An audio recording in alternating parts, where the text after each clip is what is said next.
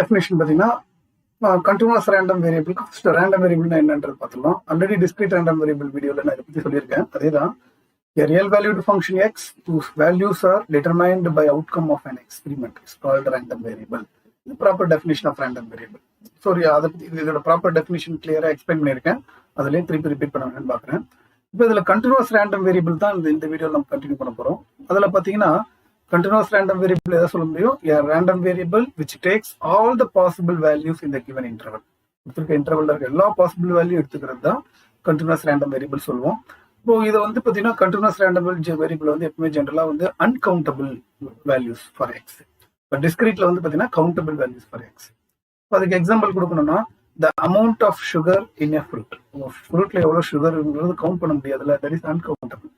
அதே மாதிரி இது இந்த change in temperature throughout a day, அதுவும் வந்து we can not count. Throughout a day ஒவ்வொரு பாயிண்ட்லயும் வந்து இன்க்ரீஸ் ஆகிட்டே இருக்கலாம். எவ்வளோ சேஞ்சஸ் ஒன்றா இருக்கும், அந்த சேஞ்சஸ் வந்து we can not count. So these are all example for continuous random variable. இப்போ இந்த கண்டினியூஸ் ரேண்டம் வேரியபிள் ஃபார்முலாஸ்லாம் எல்லாமே நான் டிஸ்கிரீட் ரேண்டம் வேரியபிள் டீச் பண்ணும்போது சொல்லியிருக்கிறேன். அதோட ஃபார்முலா தான் இது. ஜெனரலாக பார்த்தீங்கன்னா பிடிஎஃப் இருக்கணும்னா ஒரு function f of x, small f of x எப்பவுமே இதில் ஒரு முக்கியமான நீங்கள் திருப்பி தெரிஞ்சுக்க வேண்டிய விஷயம் என்னன்னா ஸ்மால் எஃப் ஆஃப் எக்ஸ் எப்பவுமே பிடிஎஃப்னு சொல்லுவோம். கேபிட்டல் எஃப் ஆஃப் எக்ஸ் வந்து சிடிஎஃப் குமுலேட்டிவ் டிஸ்ட்ரிபியூஷன் ஃபங்க்ஷன் சொல்லுவோம். அது கண்டிஷன் வந்து இன்டெகிரல் வேல்யூ எப்பவுமே அதோட வேல்யூ ஒன்றா இருக்கும். இந்த ப்ராபபிலிட்டி வேல்யூ பார்த்தீங்கன்னா ஏ டு பியா இருந்தால் integral a to b f of x dx. X less than or equal to ஏனா minus a to a, greater than or equal to ஏனா ஏ டு இன்ஃபினிட்டி. ஓகே, இப்போ பார்த்தீங்கன்னா இந்த மூணு ஃபார்முலா இருக்குல்ல, P of a to b, P of x less than or equal to a, P of x greater than or equal to a இருக்கு. மூணுத்துக்கும் மூணு formula கொடுத்துருக்கேன்ல. இந்த மூணு ஃபார்முலாவும் small f of x use பண்ணி தான் போட்டிருக்கிறோம். ஆனால் இதை கேபிட்டல் எஃப் ஆஃப் எக்ஸை யூஸ் பண்ணியும் போடலாம். ஸோ அந்த மூணு ஃபார்முலாவும் நான் இங்கே கொடுக்குறேன்.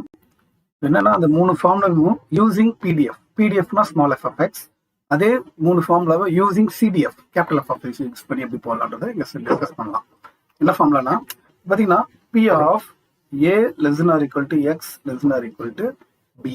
இதுக்கு நம்ம என்ன ஃபார்முலா யூஸ் பண்ணோம்? Small f of x use பண்ணா integral a to b f of x dx. இது வந்து using small f of x PDF use பண்ணி. பட் அதே ஃபார்முலாவை இங்க capital F of x use பண்ணி போறது ரொம்ப ஈஸி.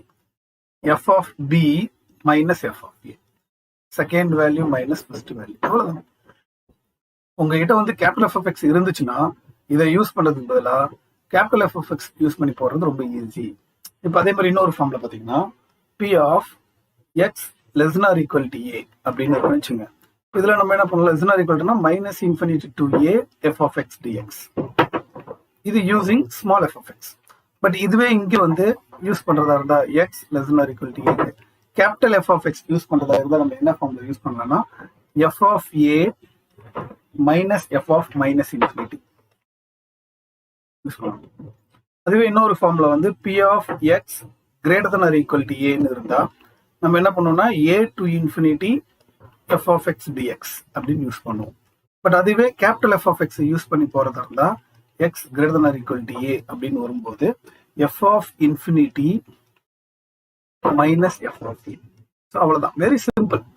இந்த ஃபார்முலாவை யூஸ் பண்ணி நம்ம எது வேணுமோ கால்குலேட் பண்ணிக்கலாம். இப்போ பார்த்தீங்கன்னா உங்ககிட்ட f small f of x மட்டும்தான் இருக்கு, கேபிட்டல் எஃப் ஆஃப் எக்ஸ் இல்லைன்னா கண்டிப்பா இந்த ஃபார்முலா தான் யூஸ் பண்ணி ஆகணும். சப்போஸ் உங்ககிட்ட ரெண்டுமே இருக்குன்னா better use second set of formula. இதை யூஸ் பண்ணி போடுங்க, ரொம்ப ஈஸியா இருக்கும். நிறைய புக்ல இதை அவ்வளோ யூஸ் பண்ண மாட்டாங்க, பட் இதை யூஸ் பண்ணீங்கன்னா இமீடியட்டா உங்களுக்கு ஆன்சர் கிடைச்சிடும். சரிங்களா?